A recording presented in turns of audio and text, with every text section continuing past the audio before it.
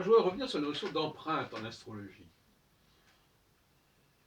Lorsque la planète est active, j'emploie maintenant l'expression active et passive plutôt que yin et yang, quand elle est active, c'est-à-dire qu'en phase disjonctionnelle, lorsqu'elle est éloignée, elle s'est émancipée de la, du carré, du quadrilatère des 4 étoiles fixes royales, elle a une forte empreinte et elle résonne.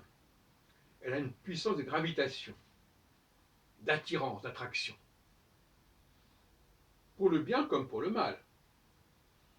On attire les choses, on n'est plus transparent, on est visible, on acquiert de la visibilité.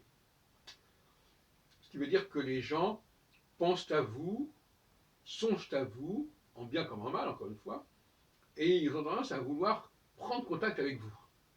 Ce que j'appelle la notion d'empreinte. C'est-à-dire que l'empreinte mnémonique que vous avez laissée chez eux se réactive. Et donc, vous avez des nouvelles de gens qui avaient disparu de la circulation pour vous, enfin, avec lesquels vous n'étiez plus en contact. Donc, ça peut être assez surprenant, des retrouvailles, ça peut être une vengeance aussi, ça peut être des occasions de règlement de compte, ça peut être tout ce qu'on veut.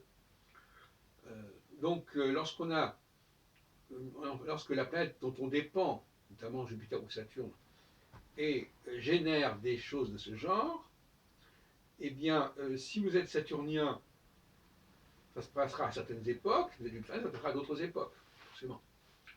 Ce qui permettra de savoir si vous êtes Jupiter ou saturnien.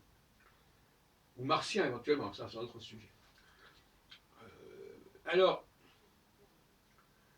il faut s'attendre donc, par exemple, moi actuellement je suis dans une phase saturnienne active, des gens dont j'avais plus entendu parler depuis une éternité, et qui se rappellent à mon souvenir, à mon bon souvenir. Pas forcément d'ailleurs. Et la phase passive, inversement, la phase conjonctionnelle tend au contraire à nous mettre un petit peu à l'écart. On vous oublie, on vous néglige, on ne pense plus à vous, et donc votre empreinte est faible, votre empreinte mnémonique dans l'esprit des gens, dans la tête des gens est faible, et quand on bascule vers la phase active, eh bien, tout d'un coup, le téléphone sonne, les gens vous appellent, les gens vous demandent des comptes, les gens se rappellent à votre bon souvenir et se proposent de vous rencontrer pour une raison ou pour une autre. Et ça peut être positif parce qu'on peut effectivement tout d'un coup faire appel à vous pour je ne sais quelle mission ou quelle action. Euh, et se dire, tiens, mais finalement, il n'est pas. Oui, ben celui-là, il faudrait peut-être compter sur lui, compter avec lui. C'est pas inintéressant d'être en contact avec lui. C'est un peu comme ça que les gens raisonnent quand vous êtes en phase active. Les gens viennent vers vous, convergent vers vous, de façon parfois un peu étonnante.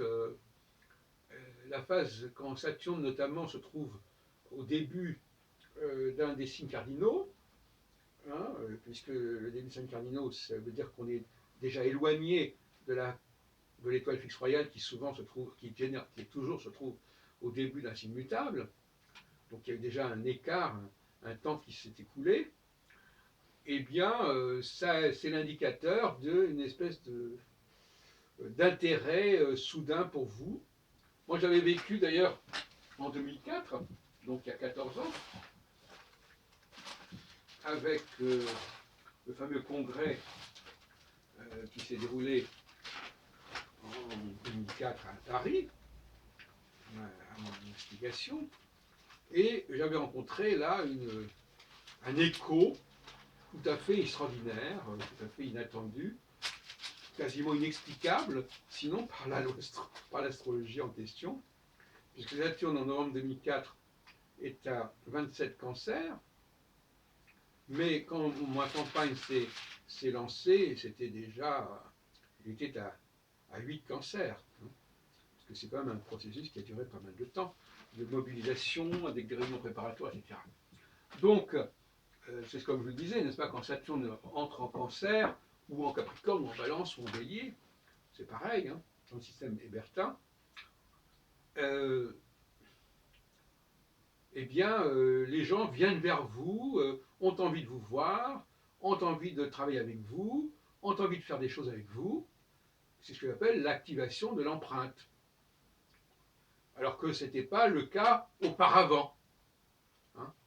Pour le Saturne, c'est intéressant parce que Saturne a quand même des périodes relativement longues, à la fois passives et actives, et par conséquent, on voit quand même la différence d'une fois sur l'autre. Il peut y avoir des périodes de 3 ans passives, où on n'intéresse personne, on vous oublie, et puis d'un coup, tout le monde s'intéresse à vous. Mais ça, c'est le passage de la période active à la période passive. Et inversement, tout d'un coup, on sort de la période active, on repasse dans une période passive, donc passive, c'est-à-dire conjonctionnelle, retour à un début de cycle, on commence, on devient tout petit en quelque sorte, comme un enfant, on n'est plus visible, on n'est pas trop visible. Et là, au contraire, donc voyez-vous, donc c'est très intéressant. Alors, pour les gens qui ont une vie publique importante, politiquement, socialement, artistiquement, ces phénomènes-là sont extrêmement sensibles, puisque on dépend des appels des uns et des autres, des éditeurs qui vous demandent de faire quelque chose, des cinéastes qui vous demandent de faire quelque chose, etc. Enfin bref, il y a tout un processus qui fait que tout d'un coup, on vient vers vous, on vous propose des choses, et à d'autres moments, on ne vous propose plus rien du tout. Enfin, en gros, pour caricaturer. Eh bien, voilà, à mon avis, là, un outil intéressant qui ne concerne évidemment qu'une certaine élite. Hein. C'est-à-dire de gens dont la carrière repose sur une certaine popularité, une certaine présence publique, et quand la phase redevient passive, eh bien, on retombe dans la vie privée, qui peut être tout à fait intéressant d'ailleurs, la vie privée, voilà, le petit cocon familial, affectif, mais qui nous éloigne de la vie publique. Et voilà, finalement, c'est toujours une alternance, vie publique, période yin, conjonctionnelle, enfance, début de cycle, et yang, c'est milieu de cycle, maturation du cycle, et présence forte socialement, publiquement.